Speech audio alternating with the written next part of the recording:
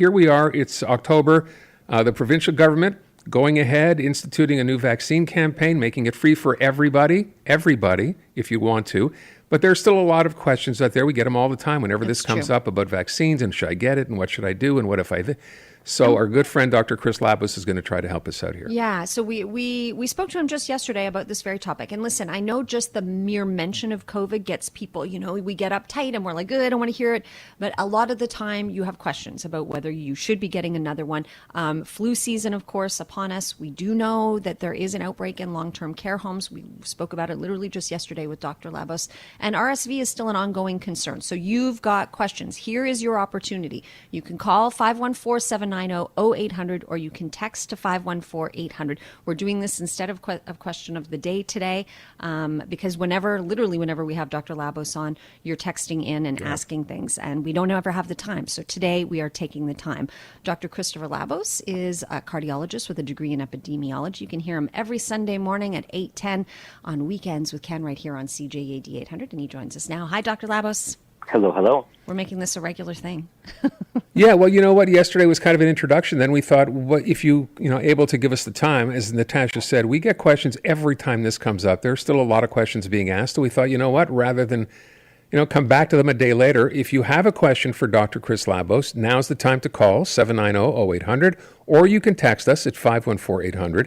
And anything to do with vaccinations, and it doesn't have to be just COVID, because we know we're dealing with a flu season now, as Natasha mentioned, RSV. There's a lot of different things going around. So if you have any questions, whether, it's right for you, you should wait, when was the last time you had a booster, whatever, give us a call. Dr. Labos will seek to get you the answers. So I have a question out of the gate, and then I'm also going to read you a text, which is pretty indicative of the kinds of texts that we have. So my question quickly is, I had COVID, but a very, very mild case of it. It barely showed up on the test, Dr. Labos, back in May. The whole family had it, but I was the one who, for whatever reason, had the most mild test result. When or should I be getting a vaccine, or when should I consider that? Right. So the general guidelines are going to be 6 months. Now, there's always a bit of a margin of error to these things, but the point is that you need to wait at least some amount of time for any antibody levels that you would have developed post-infection to wane. So if you had your last infection in May, 6 months after that is going to be November. So you want to wait that sort of 6 month interval. To do it sooner than that, it's not as if there's any harm, but it is going to minimize the benefit of that vaccine dose because you're not going to be able to boost your antibody levels if your antibody levels are already high. Now, if you're a more elderly individual, if you're immunocompromised, there are reasons why you might want to consider a shorter interval, and that's why you have occasionally seen the government say, 3 months for certain high-risk groups. So you're, somewhere in that interval is probably the sweet spot. And for simplicity, the government sort of blanket recommendation now is 6 months. So May will take you to November, which is probably when you're going to be making an appointment if you try to log on to Click Santé today to make an appointment. So it will sort of all work out. Good to know. All right, we are joined today doing things a little differently by Dr. Christopher Labos. Quebec rolling out its vaccination campaign. So you've got COVID, you've got flu, you've got RSV. They're all around, and we're heading into that time of the year, obviously, when things are likely to get worse as opposed to get better. More people heading out, holiday season, families getting together, that kind of thing. Kids will have been in school for like a month or two. So all these things maybe combined are probably going to make things worse. So we thought if there are questions to be asked, here's a great way to do it. You can call and ask Dr. Labos, who is on the line, and try to get some information on whatever, whether it's COVID, whether it's about RSV, whatever questions you have. To Natasha's point, so many people have had COVID at one time or another. Should you consider getting the new shot? When should you? We kind of answered that, but if that's a concern, yeah, by all means. 790-0800, 514-800. Let's start off with Ellen on line one. Ellen, what's your question for Dr. Labos? Yes, hello. Thank you for taking my call. The question is, I've noticed that there has been a greater incidence of many people suffering from eye infections. I'm wondering if it might have something to do with the new COVID variant. Yeah, so we have heard, sort of anecdotal reports of this. It hasn't systematically been evaluated. You have to remember that whenever somebody talks about pink eye, which is what people are referring to, that is a viral infection. It's not usually a coronavirus infection. So could coronavirus also cause inflammation of the eye? Yes, in theory it could. It hasn't been one of the most frequent or reported symptoms associated with COVID-19. The classical symptoms of COVID-19, despite the many variants, have still been respiratory. They've been, fever, cough, shortness of breath. You do have these sort of atypical variants, people with more gastrointestinal side effects and, the neurological symptoms that tend to persist for long periods of time. But the classical core symptoms are really the classical respiratory ones that you would get with any respiratory infection. There have been some people reporting eye infections, but it's always a little bit hard to draw an association between the two, but it is not completely implausible that COVID could also cause inflammation in the eye, which is what you're seeing when your eye turns red. That's basically inflammation in your eye because of an infection. Asking questions, looking for answers. Here's more of Montreal Now with Aaron Rand and Natasha Hall. Welcome back. Taking questions today. A little bit of a change in format because we have arrived at that time in the year when the provincial government has decided, we know what we're dealing with here, at least we think we do.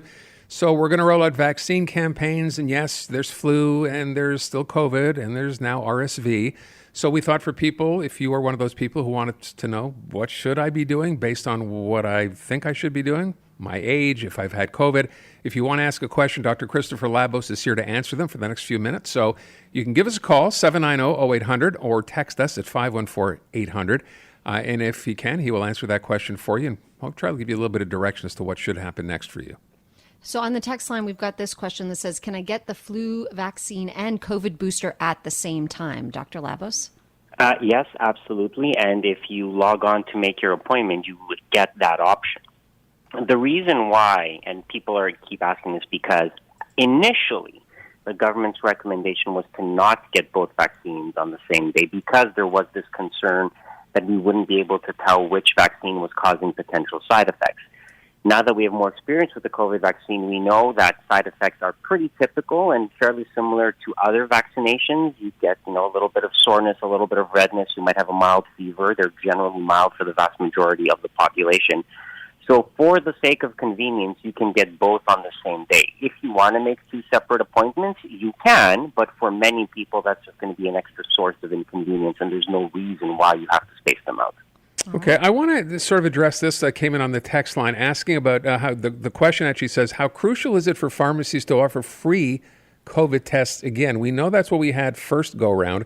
That's not the case anymore. Right now you have to be in one of those vulnerable groups to be able to get it for free. Otherwise you pay for it. Is that right? No, it's free for everyone, and that was the announcement that the health minister made. I think there is a lot of confusion here, and I think a lot of it also stems from the fact that, prior to COVID, the flu vaccine was not freely available to everyone. You had to pay if you weren't over 65 or, part of one of the vulnerable groups. And I think that does create a disincentive for people, because when you tell people you're not covered, a lot of people interpret that to mean, well, it's not essential for me to get it. Now the COVID vaccine is free for everybody, and the flu vaccine is free for everybody. And, even if you want to make the argument about certain low-risk groups, is that as efficient in terms of resource allocation? You can make a cost-effectiveness argument against it, but I think there's a major benefit to this type of approach. Number one is it simplifies the messaging, which is everybody is covered. But two, it highlights to people that you believe this is important, because when you have these sort of selective groups, it unconsciously or not signals to certain individuals that, maybe this isn't that big a deal. Whereas now we have a much cleaner message, which is, no, everybody can get it. It's free for everybody, and you're removing that barrier, because even a nominal fee of $20, that may not be a lot of money to you, but it might be a lot of money to someone else. Well, and about testing, I think we have a texter here who's making the point that people they're not testing anymore because the pharmacies aren't handing out free test kits, Doctor. Should we be taking testing more seriously? Yeah, we probably should, and you're right. You can't get it at pharmacies anymore, but you can get it at testing centers. So when you go to get your vaccinations, those places, which the government is trying to turn into sort of one-stop shops where you can also get blood tests, those are places where you can get tests for COVID-19. So you can also inquire about how to go about that sort of thing. But yes, we should be taking testing more seriously, because if you don't know you have COVID, you can't actually get any of the treatments that would help with COVID, and especially if you're a higher risk individual. Things like Paxlovid, they may help a little, and they may not. They're not 100% cures, and they may not be as effective as some of us originally hoped, but they will help a little bit. but you won't know that unless you actually get tested in the first place. Okay, let's go to the phone. We've got some people holding. If you have a question for Dr. Labos, 790-0800. Let's go to Susan, who's on line 1. Susan? Hi, Dr. Labos. My question is regarding the vaccines. I will be getting the COVID vaccine. I will be getting the flu shot, which I get every year. I don't know about this RSV vaccine. Do we all need that too if we're seniors? If you are seniors, then yes, you probably should get it because RSV lands a lot of people in the hospital every year. The RSV vaccine has been approved by Health Canada, but there's been no official word from the provinces yet about when they are going to roll it out. One assumes it's coming down the pipeline soon, but as of right now today, the RSV vaccine is not being rolled out yet. So that may be something that happens next month, one hopes, but eventually RSV probably will enter the cycle of one of these seasonal vaccines because it is one of the other viruses that tends to make the very old and the very young get very, very sick and end up in hospital. Do you have to wait for that to be rolled out if you wanted to? If you could you get it done privately if that vaccine exists and is already approved by Health Canada? In theory, you could, yes, because Health Canada is who decides if the vaccine can be put onto the Canadian market. Then it's up to the provinces to decide how they, whether they cover it and who they cover it for. But yes, you could, in theory, go and get it privately. It would be somewhat expensive, though, potentially, if you were ordering it directly from the manufacturer. Okay, and again, for people not as familiar, when we talk about RSV, I know we talk about it just by saying RSV. Can you just explain really quickly what it is? RSV stands for respiratory syncytial virus. It was the thing that was making all the kids sick last year around this time. So if you remember how bonkers things were a year ago, especially in the pediatric hospitals, a lot of it was RSV, and it is a virus.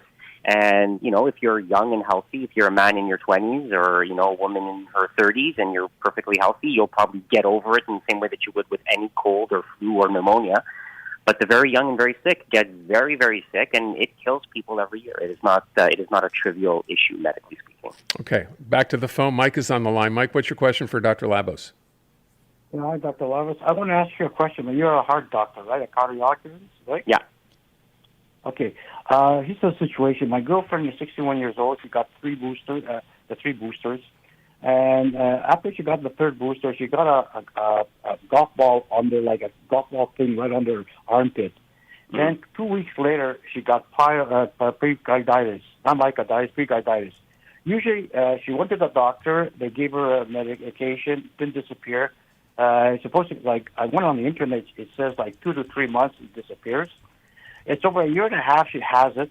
Doctors can't figure it out. The heart institution on the east side of Montreal can't figure it out. So can you tell me what you think that could be, the possibility is? Okay, so when somebody after vaccination gets a golf ball-sized thing under their armpit, that's probably a swollen lymph node. Okay, so that is something that happens with any infection or any vaccination. You have a rev up of your immune system, and the accumulation of immune cells in the lymph nodes makes them swell.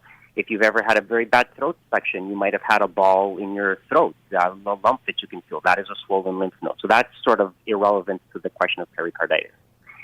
Pericarditis is an inflammation of the envelope around the heart. It happens with infections, and it has been happening with a certain number of people who get vaccinated for the same reason. Your immune system revs up, and it causes inflammation around the heart tissue. It usually does go away after a while. Sorry, go ahead. No, go ahead. No one's saying anything. By cancer? Oh. I'm sorry, I missed that, sir. Can it be caused by cancer? Well, it can in some situations be caused by cancer, but that's a pretty rare occurrence. Most cases of pericarditis that we see are post-viral syndromes. So somebody gets sick with something, and the mere fact of the virus being in your system causes your immune system to rev up. Could it have happened post-vaccination? Yes, it could. It does go away. Now, here's the important point. There's a difference between a symptom and a disease. So you may still have symptoms that are similar to what you had at the point, or your girlfriend may be having symptoms similar to what she had at the time. You still have to establish that it actually is the pericarditis. If there's no biochemical evidence of inflammation in the pericardium, either on blood tests or on radiology, then it's not pericarditis that are causing the symptoms, and that's why you sometimes have to look for other possible Mike, diagnosis. Thank you for the call. I want to squeeze in at least a couple more here while we can, because I know we're going to lose you in a second. Someone's asking, who can get Plaxovid? People may remember Plaxovid is what you would take in pill form. Who's allowed to get it, who's not? It's really the elderly, the high-risk groups, the immunocompromised. The pharmacists have a whole protocol. And the one situation in which you can get tested for COVID is you can go to the pharmacy. If you are eligible for Paxlovid, they will test you. If you're positive for COVID, then they can prescribe you Paxlovid without you having to go through a doctor. Okay. We're going to take Gloria's call real quick. Gloria, go ahead. Hi, doctor. I received my sixth booster at the end of August. I'm a senior and planning a trip next January. I would like to get the bivalent, which I didn't get last time, before I go, but it will only be 4 months since my last booster. Will I be able to get that? Or should I? Shouldn't I? Okay, so it's not the bivalent anymore, because now the vaccine that's rolling out now is different than what came before. It is a new vaccine specifically directed against the circulating variants. If you're at 4 months, that's a little soon. That's probably going to blunt some of its effectiveness, and that gets back to the point I was making earlier about weighing risks and benefits and how high risk you are. You're probably going to be safe enough to wait 6 months, because if you start pushing that interval too short, the vaccine is not going to give you that much added benefit. There's no harm to taking it, but there is sort of a more minimal benefit. Okay. Gloria, thank you for the call. Just on this question, and we're going to have to wrap it up here. Someone's asking, I'm not sure if this is, I'm sure a lot of people probably find themselves in this situation. Someone's saying, I have expired rapid tests at home. Are they still accurate if they are? Great question. I was actually going to start researching this for another piece, but so I guess the answer to that is stay tuned. There may be an article coming out about that very, very shortly. The answer is, to a large extent, yes, because Health Canada and the FDA have actually pushed back the expiration dates based on more monitoring. You can actually go online and check to see if your particular lot number is in that reassessment or not. But for the vast majority of people, yes, they probably still are, but of course all things do expire eventually, even though that date is maybe not as hard and fast a rule as some people seem to think it is. Okay, we're totally out of time, but I got to squeeze this in because a couple of people on the text line asking about kids. What's the situation with kids right now? Should they be getting vaccinated? So, they are eligible because they are eligible for everybody over the age of 12. Do they need it? It depends when their last COVID infection was and depends when their last vaccination was. If they got sick recently, which frankly a lot of kids had, again, you can push that out for 6 months and then reassess what the situation is. So, and it, again, depends on how, whether they have asthma, whether they are immunocompromised. There's a lot of issues there. So the short answer is yes. The much more complicated answer, it depends. And again, you want to sort of use that spacing out 6 month interval as your frame of reference. Dr. Labos, I want to thank you for the time. We could go on like this forever. There's so many more texts, but that's it for us. Again, thank you so much. We do appreciate it. My pleasure. You take care, guys.